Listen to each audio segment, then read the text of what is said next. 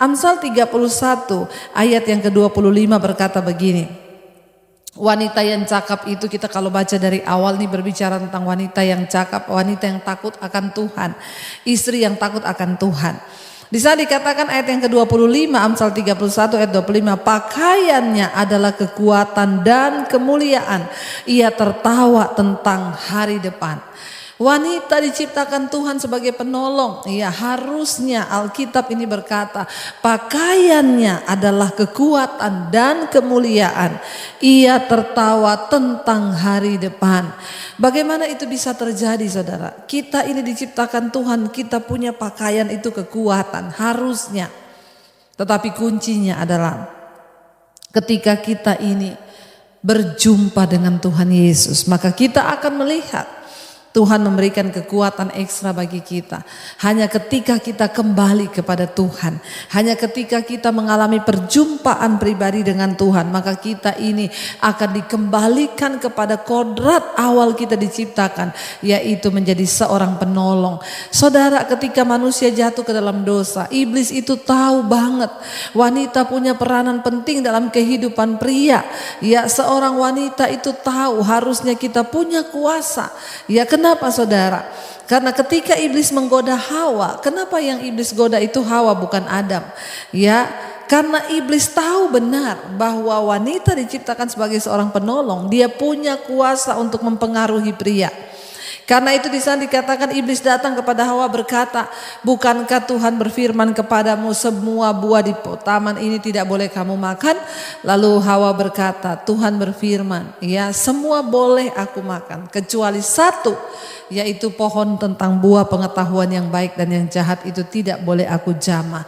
Lalu iblis menggoda Hawa. Alkitab berkata, saudara, waktu Hawa makan buah itu, ya, tiba-tiba teringatlah dia akan suaminya. Lalu dia berikan buah itu kepada Adam suaminya. Sehingga Adam juga makan buah itu dan akhirnya mereka berdua jatuh ke dalam dosa. Saudara bisa bayangkan kalau buah itu yang iblis goda hanya Adam, maka hanya Adam yang akan makan buah itu, mungkin dia sembunyi dari istrinya, dia makan sampai habis. Sehingga Hawa tidak jatuh, hanya Adam aja yang jatuh, jadi iblis gagal. Setan tahu betul wanita diciptakan sebagai seorang penolong dan punya kuasa untuk mempengaruhi laki-laki. Karena itu dia suruh Hawa, dia goda Hawa, lalu dia berhasil. Kenapa? Karena ketika Hawa makan buah itu, teringatlah dia akan suaminya, lalu dia juga memberikan buah itu untuk dimakan oleh suaminya.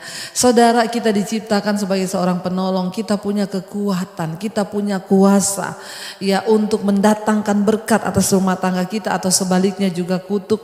Ya, Tuhan menciptakan kita dengan kekuatan yang begitu luar biasa. Saya dulunya tidak mengenal Kristus, saudara.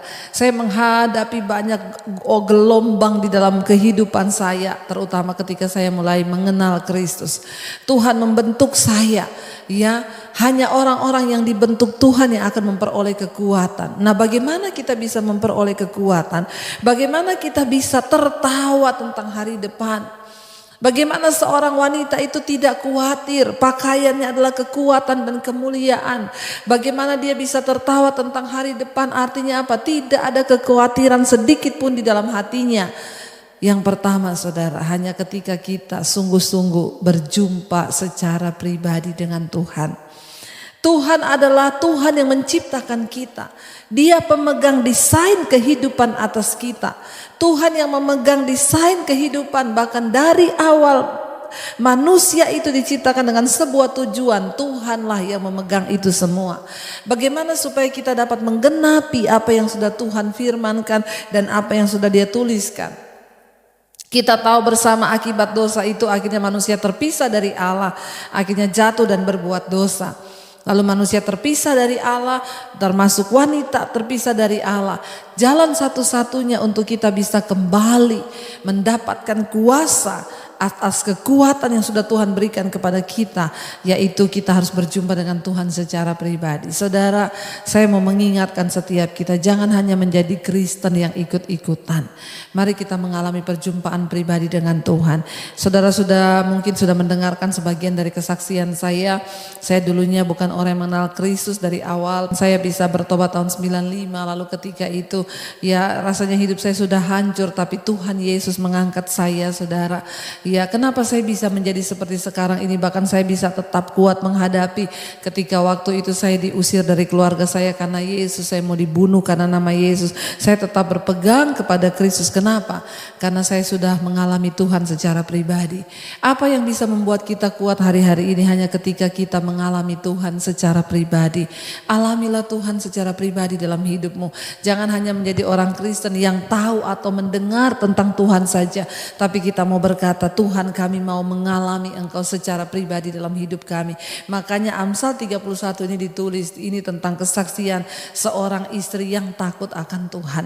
Ketika kita mengalami perjumpaan pribadi dengan Tuhan, kita mengenal Tuhan, kita memperoleh kekuatannya, kita diberikan kuasa untuk menjalani semua persoalan di hidup ini dengan kuasa Tuhan sehingga kita bisa menang. Tidak ada lain kekuatan kita selain di dalam Tuhan, saudara. Karena itu wanita-wanita, saya mau bilang hari ini, kalau engkau sedang menghadapi banyak persoalan di dalam rumah tangga dengan suami, dengan anak-anak, belum lagi dengan diri kita sendiri. Seorang wanita yang kuat, yang pertama dia harus menang terhadap dirinya sendiri. Dan itu hanya bisa kita dapatkan ketika kita berjumpa secara pribadi dengan Tuhan.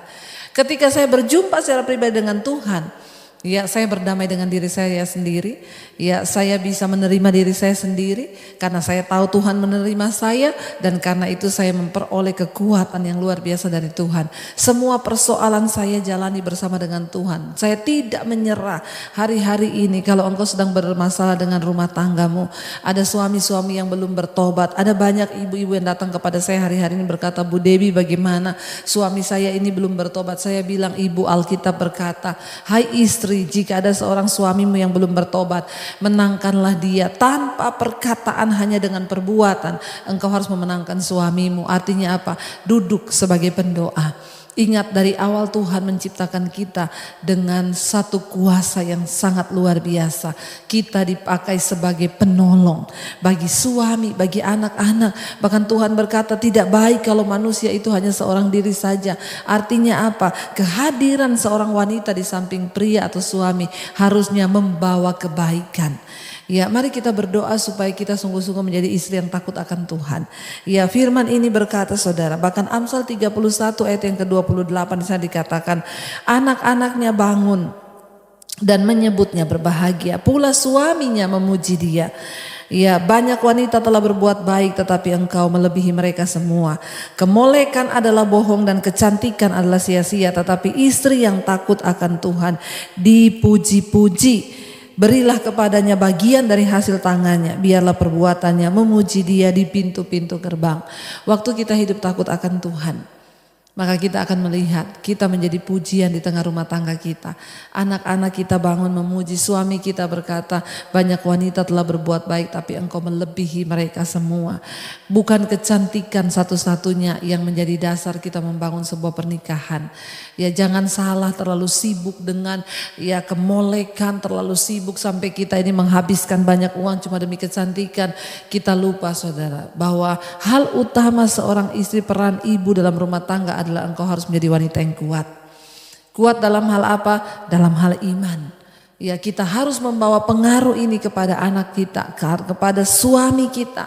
Ya, hari-hari ini banyak ibu-ibu yang mengeluh, dan memang saya mendapati ya ada begitu banyak ibu-ibu yang terus berdoa tapi suaminya belum mau berdoa, anak-anaknya belum mau berdoa. Saya bilang terus, Bu, jangan pernah menyerah. Ketika kita ini mau sungguh-sungguh berubah dan kita sungguh-sungguh mau berjumpa dengan Tuhan secara pribadi, maka Tuhan itu tidak pernah tutup mata. Saudara, saya mendengarkan sebuah kesaksian dari seorang ibu. Dia berkata, tadinya Bu, saya ini menjadi rapuh, Bu. Kenapa? Karena saya terus menuntut suami saya untuk berubah. Saya terus menuntut anak-anak saya untuk berubah. Dan ketika saya terus menuntut mereka, saya mendapatkan saya ini stres, Bu. Rumah tangga saya hampir hancur. Tapi dia bilang ketika saya mendengarkan salah satu khotbah ibu di channel YouTube ibu yang berkata bahwa kita tidak akan pernah bisa mengendalikan keadaan di sekeliling kita.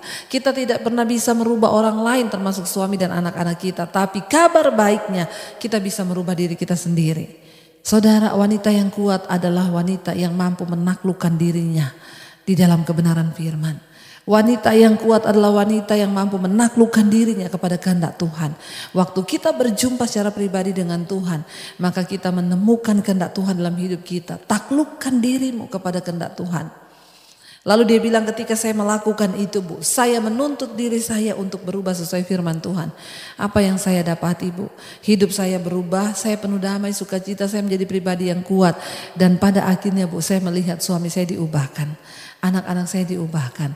Saudara, percayalah semua keadaan yang kita lihat di sekeliling kita itu adalah buah dari perbuatan kita.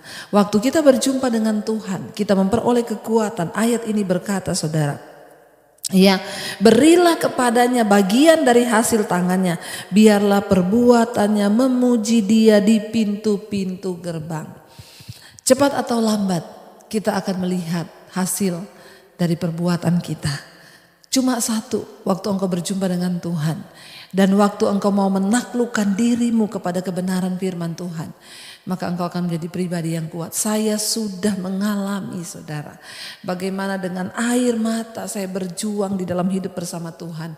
Dan kekuatan kita cuma satu, waktu kita mau tunduk taat mutlak kepada kehendak Tuhan lewat kebenaran firman-Nya. Saya percaya hari-hari ini kita tidak membutuhkan sesuatu yang lain. Kita hanya membutuhkan Tuhan dalam hidup ini. Kita tidak membutuhkan sesuatu yang lain menjadi kekuatan kita. Kita cuma butuh firman. Kita butuh anugerah. Karena itu saudara, mari kita berjumpa secara pribadi dengan Tuhan. Mari perbaiki diri kita sendiri dulu. Sembuhkan dirimu sendiri. Karena kalau jiwa kita masih penuh dengan masalah, kita tidak akan pernah bisa kuat. Iblis itu selalu menipu kita. Apalagi ketika kita hidup di dalam dosa, maka kita kehilangan kekuatan. Wanita yang kuat adalah mereka yang beres dengan hidupnya dengan Tuhan.